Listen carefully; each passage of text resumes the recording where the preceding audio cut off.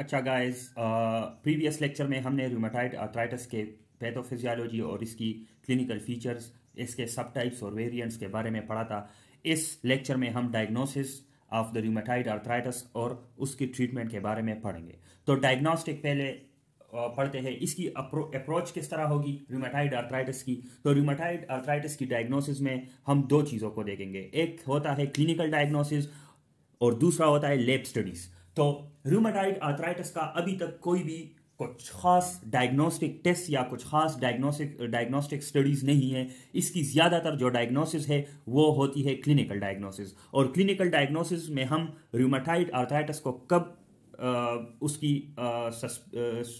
किस पेशेंट्स को सस्पेक्ट करेंगे फॉर रूमेटाइड आर्थराइटिस। तो वो पेशेंट जिसमें आर्थरालजियाज हो, मतलब जॉइंट्स पेन हो, जॉइंट स्टिफनेस हो या साइनोवाइटिस के सिम्टम्स हो which last for more than 6 weeks, then we will consider rheumatoid arthritis in that patients। ठीक है, और मतलब उसके क्लिनिकल फीचर्स को देखेंगे। क्लिनिकल फीचर्स हमने डिटेल में पढ़े हैं in the previous lecture.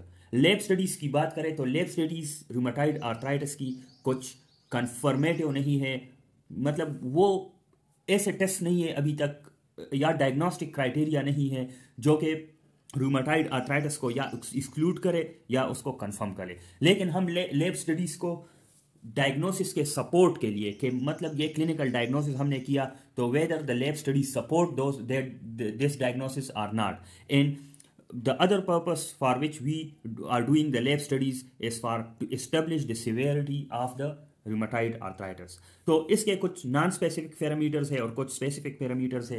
Non specific parameters में यही आते हैं कि हमने पढ़ा था कि रूमेटाइड आर्थराइटिस एक इन्फ्लेमेटरी कंडीशन है, तो हम इन्फ्लेमेटरी मार्कर्स को देखेंगे लाइक सीआरपी, सी-रिएक्टिव प्रोटीन और एरिथ्रोसाइट सेडिमेंटेशन रेट। ये दोनों इन्फ्लेमेटरी मार्कर्स है, ये बढ़ेंगे इन्फ्लेमेशन में, तो ये भी इधर बढ़ेंगे।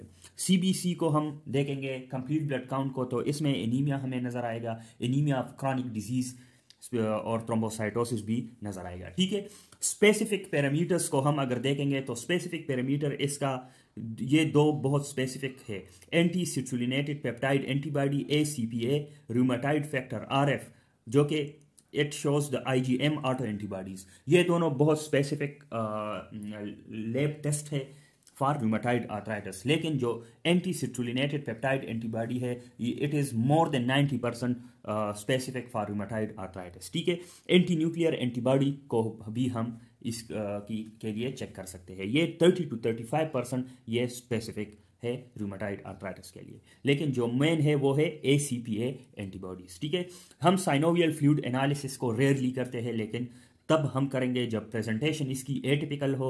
When the presentations are atypical or there is suspicion of septic arthritis, जब हमें सस्पेक्ट हो कि this patient may have the septic arthritis, then we will go for the synovial fluid analysis. ठीक है, फिर हमारे साथ एक लैब स्टडीज है इमेजिंग स्टडीज। तो इमेजिंग स्टडी फर्स्ट टेस्ट होता है to support the diagnosis of rheumatoid arthritis. इसका जो इनिशियल टेस्ट है इमेजिंग स्टडीज में वो है एक्सरे। एक्सरे में हम क्या देखेंगे, इसमें हम सॉफ्ट टिश्यू स्वेलिंग देखेंगे और जॉइंट स्पेस नैरोइंग देखेंगे। ठीक है, तो ये हमारे साथ डायग्नोस्टिक्स ऑफ रूमेटाइड आर्थराइटिस है।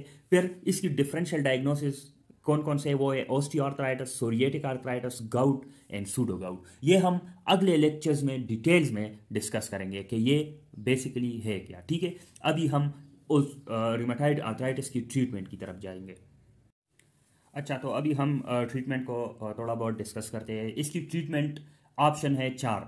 एक है initial acute anti inflammatory treatment, जो कि एनसेड से होता है और ग्लूकोकॉर्टिकॉइड से होता है। फिर दूसरा सेकंड ऑप्शन या इसके साथ जो मेन ऑप्शन है या मेन ट्रीटमेंट चॉइस है वो हमारे साथ है long term treatment with DMARDs. DMARD mean disease modifying anti rheumatic drugs. ठीक है, फिर तीसरा है सर्जिकल ट्रीटमेंट, और चौथा मैं लिखना भूल गया, this is non pharmacological treatment, या तीसरा नॉन फार्माकोलॉजिकल ट्रीटमेंट है, और लास्ट जो है वो सर्जिकल ट्रीटमेंट है। ठीक है, तो पहले एक्यूट एंटी इन्फ्लेमेटरी ट्रीटमेंट, ये कब हम करेंगे, it is indicated for disease फ्लेयर्स। Disease फ्लेयर्स क्या है, वो एपिसोड्स जहां जिस टाइम डिजीज एक्टिविटी बहुत ज़्यादा हो तो उसको हम फ्लेयर्स बोलते हैं। ठीक है, तो एक्यूट एंटी इन्फ्लेमेटरी ट्रीटमेंट हम डिजीज फ्लेयर्स में मोस्टली यूज करते हैं, लेकिन हम लॉन्ग टर्म ट्रीटमेंट के साथ भी इसको यूज करते हैं फॉर सिम्टोमेटिक ट्रीटमेंट। ठीक है, this is for symptomatic treatment. इसमें ग्लूकोकॉर्टिकाइड से ग्लूकोकॉर्टिकाइड या तो हम सिस्टेमिक प्रेडनिसोन देंगे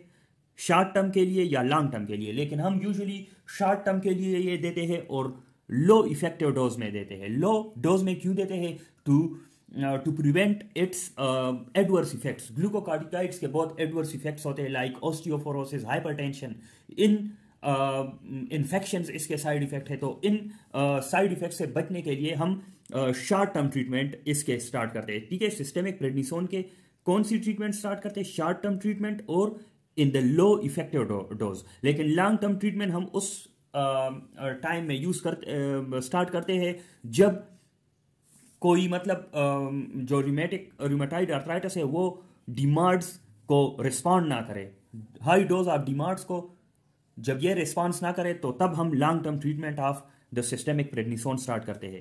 ग्लूकोकॉर्टिकाइड्स इंट्रा आर्टिकुलर इंजेक्शन में भी आता है लाइक ट्राई एम्सिनोलोन एसीटोन। ठीक है, इसको भी हम यूज करते हैं। तो ग्लूकोकॉर्टिकाइड्स में भी given a systemic prednisone or intra articular injection. ठीक है, फिर उसके बाद हम दूसरा जो एक्यूट एंटी इन्फ्लेमेटरी ट्रीटमेंट का ऑप्शन है वो है एनसेड्स और सेलेक्टिव COX-2 इनहिबिटर्स। ये भी दोनों एंटी इन्फ्लेमेटरी है, एंटी इन्फ्लेमेटरी ड्रग है। इसमें आइब्रोफेन आ गया, डिक्लोफेनिक आ गया, ये दोनों एनसेड है।